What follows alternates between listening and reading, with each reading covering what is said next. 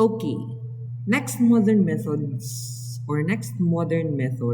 the minus one element technique or yung tinatawag nating Moet test.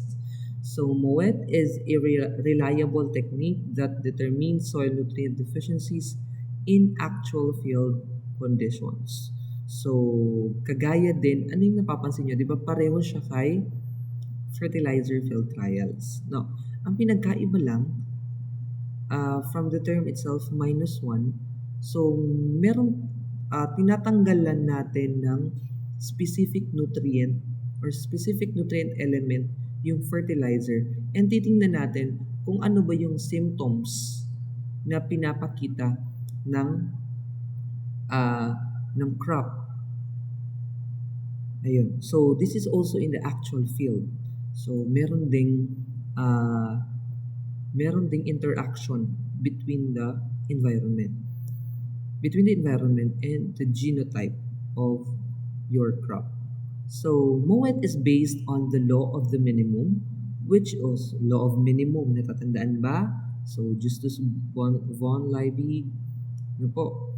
So that is the law of minimum, which states that the level of plant production cannot be no greater than that allowed by the most limiting of the essential element or essential plant growth factors.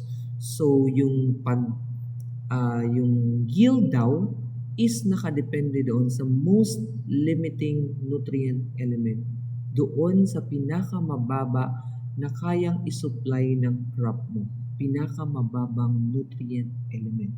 So kapag mababa yung nutrient element na yun, hanggang dun lang yung possible na ibigay na yield ng crop mo na yan. So again, the yield is limited by the least or the smallest or the least nutrient element. Okay, this means that if one crop nutrient is missing or deficient, plant growth will be poor even if the other elements are abundant. So, di ba?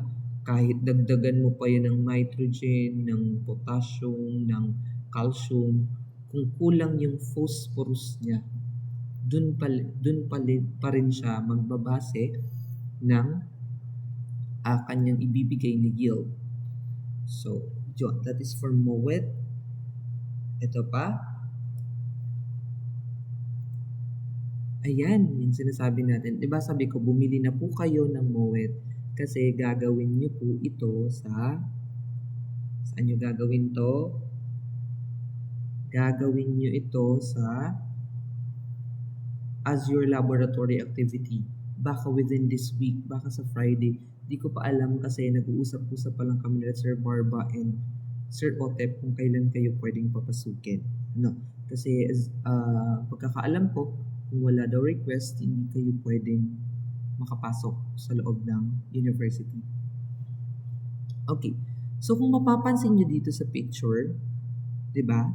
So yung yung isa dyan is complete. So nandun na pala yun sa package. Yung 400 pesos nyo pa lang yun is paghahati-hatian nyo na. So kayo yung isa na lang yung mag-o-order, then magbabayad na lang yung mga classmate ninyo. So kung yung hindi po magbibigay ng ambag is pwede naman po kayong mag-solo na lang. No. Kasi kung gusto niyo pala, kung ayaw mo pala mag-ambag, mag-solo ka na lang. So 400 lang naman yan. 400. No, pwede ka nang makabili ng ilang kilong bigas sana dyan. Pero dahil nga, gusto namin at minimum lang yung gastos natin, so pinag-ambag-ambag na lang namin kayo. Then i-group na lang namin kayo accordingly. So kung makikita nyo dito sa picture, so meron dyan complete. Makikita nyo ba? So from left to right tayo. From left to right. Simula tayo dito sa merong label na complete. So that is rice. So yung rice is in-applyan ng complete fertilizer. So ganyan yung performance niya. Anong napapansin nyo? So you can type in the comment section. Yung pangalawa naman, wala siyang nitrogen. minus nitrogen. Diba? Nakikita nyo yung minus sign? So, kaya nga siya tinawag na minus one element technique, diba? Tinitingnan natin yung epekto kapag binabawasan natin ng nutrient element. No? Kasi minsan, yung soil pala is abundant na ng specific nutrient na yun. So, ang nangyayari, kapag nag-apply pa tayo, nasusobrahan tuloy ng nitrogen yung o nasusobrahan tuloy ng specific element yung crop mo.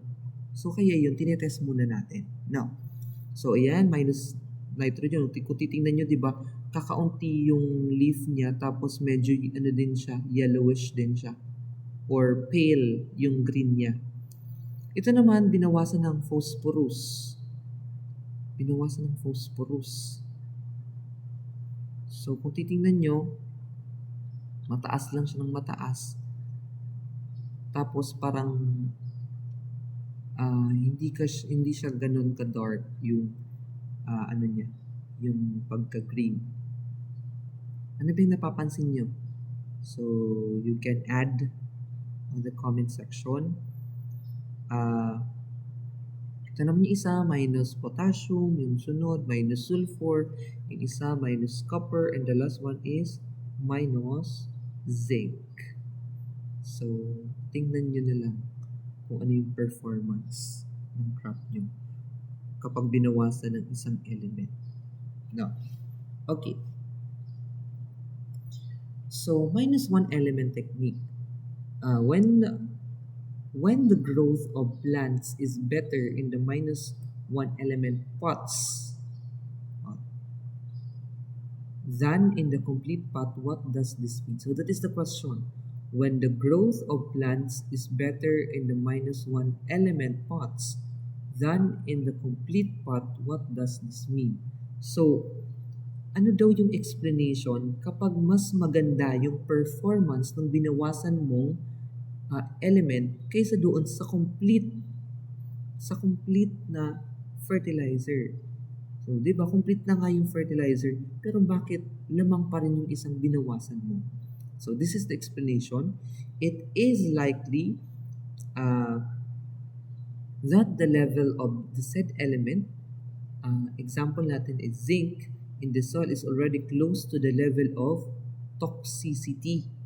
So, yun yung sinasabi ko kanina, na tinatry natin yung MOET para malaman natin kung abundant na ba siya doon sa soil. No? Baka abundant na yung nutrient na yun doon sa soil. Tapos kapag dinagdagan mo pa ng nutrients, ang mas nangyari is naging toxic siya for plant growth. No. So, imbis na gumanda yung plant mo, hindi. Kasi nga, nalason siya. So, thus, when such element is added to the complete pot, ayan, it may have already attained toxic level. Diba yung soil na nilagyan mo ng complete fertilizer is meron ng sapat na zinc na naandun. Nag-apply ka pa ng additional zinc, naging toxic for plants yung level ng nutrient or ng nutrient element, which results in the depressed growth of the plant. So, kung hindi nakukuha, type nyo pa rin dyan sa comment section, no? Para alam natin kung nakakasunod ba tayo. So, ito pa yung another question, when such situation is observed during the MOE test, is it still safe to apply zinc sulfate in the field? So, dun ka na mag-interpret mo na. Or, yes, i-analyze mo na. Yung based doon sa sinample mong soil na tinaniman mo at dinagdagan mo ng complete fertilizer, na ganun yung performance ng crop. Ano yung masasabi mo?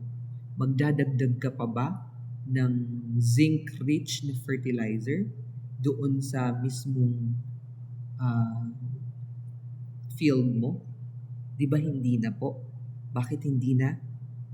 Kasi nga, based doon sa sample mo, nung nag-apply ka ng complete fertilizer, hindi maganda yung naging performance ng crop mo. Kasi, yung zinc is mataas na yung availability niya or nasa normal na yung availability niya doon sa soil mo. So kapag dinagdagan mo pa yun, nag-apply ka pa ng zinc-rich fertilizer, so wala, madidepressed or in worst scenario, baka mamatay yung crop mo na yun. So that is the purpose of MOE test. No. So dito sabi dito sa sagot doon sa katanungan, zinc sulfate or any other form of zinc should not be applied in the field because it could lead to toxicity, depressed growth, and low yield. Okay, so that is for MOE. Ito pa, how often does one have to conduct the MOE test? So, ilang beses daw dapat ilang beses mo daw ba dapat gagawin yung MOE test?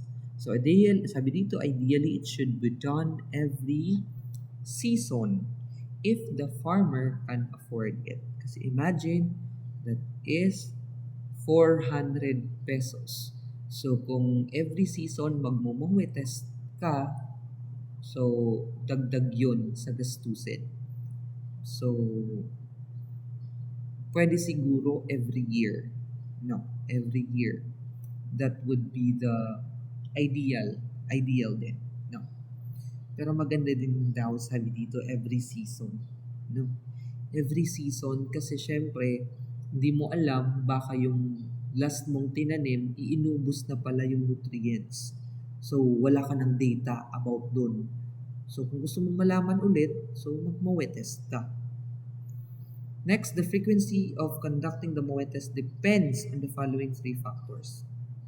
So, ito pa yung tinitingnan nating mga considerations kung magkakandak ba tayo ng MOE test or hindi. So, first is the soil type. Ayan, titingnan natin. Kasi baka nagbago na yung yung type ng soil niya. So, baka from being viscous, naging na siyang clayey. Ayan. So, di ba? So, kaya titingnan natin. The amount and kind of fertilizer applied after the initial MOE test. So, nung unang pag-apply mo ng MOE test, di ba nag-recommend ka ng fertilizer? At yung klase ng fertilizer, urea ba yan? Ano pa ba yung mga alam yung fertilizer? Urea, ammonium sulfate, zinc sulfate, muriate of potash, ordinary superphosphate, so napakadami. So, base doon sa kinandak mo na MOE test, nag-recommend ka ng dami at klase ng fertilizer. So,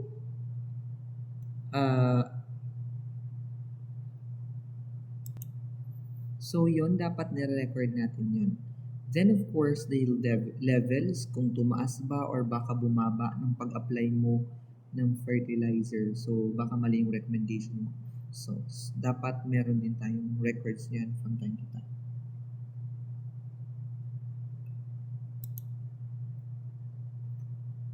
So, yan.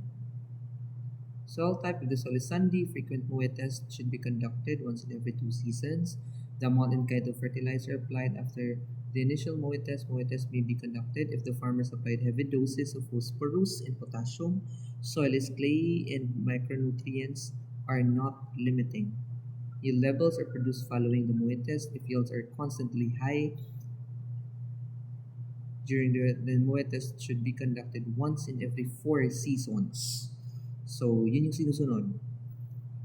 Every 4 seasons kapag mataas naman palagi. However, if there is a declining, kapag bumababa yung yield, that is not caused by other biotic factors, if such as it is advisable to conduct a MOE test. So, every season, magkakandak ka kung nag-apply ka naman ng fertilizer, pero bakit mababa pa rin yung yield level ng crops ko. So, yun po.